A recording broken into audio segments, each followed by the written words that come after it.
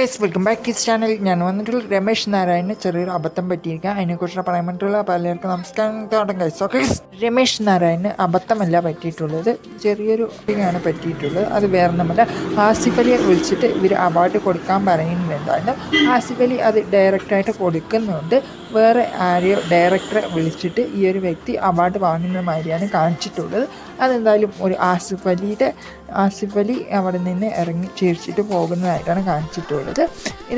ഇത് MT വാസുദേവൻ സാറിൻ്റെ anthology മൂവീൻ്റെ ഫംഗ്ഷന് വെച്ചിട്ടാണ് ഈ ഒരു അബദ്ധം സംഭവിച്ചിട്ടുള്ളത്. ആസിഫ് അലി സാർ ചമ്മിയിട്ട് ഇറങ്ങിപ്പോകുന്നതായിട്ട് കാണിച്ചിട്ടുള്ളത്. ഇതെന്തായാലും ആസിഫ് അലി ചിരിച്ച് ഉരുകയാണ് അവിടെ നിന്നിട്ട് ചെയ്തിട്ടുണ്ടായിരുന്നു.